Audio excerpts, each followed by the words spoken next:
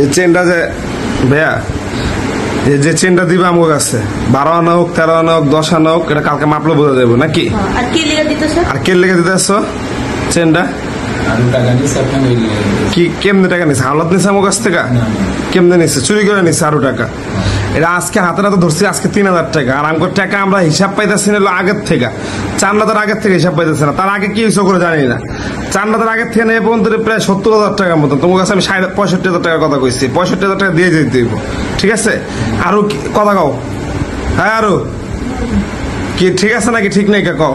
তোমার কাছে জোরদা বিয়ে দিয়ে চেন নিতেছি? তুমি অন্যায় কাজ করছো, অন্যায় আমার জিনিস গেছে এর লেগা। এরপরে কি হইব না হইব এটা কালকে হইব, ঠিক আছে? আজকে তো জামানত হিসাবে দিয়ে যাচ্ছ, কালকে তোমার জামানে নিয়ে যাবো তারপর, ঠিক আছে নাকি সোহেল?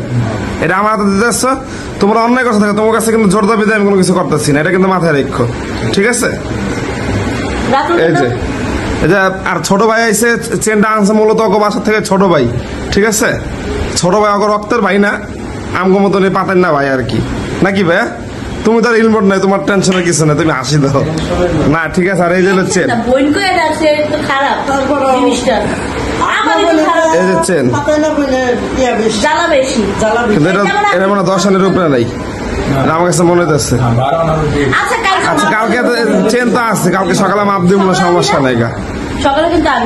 আরে যা আরো এদিকে তাকাও। তুমি এই কাজটা করছো কার কথায়? নিজের ইচ্ছা করছো? এটা তো সোহেল ইনভলভ নাই নাকি? সোহেল জানে না কিছু? না আমার কাছে মনে হয় সোহেল জানে। নেক্সট টাইম বল আর কারো লগে করিস না এরকম, ঠিক আছে? কাজটা অনেক অন্যায় করছো।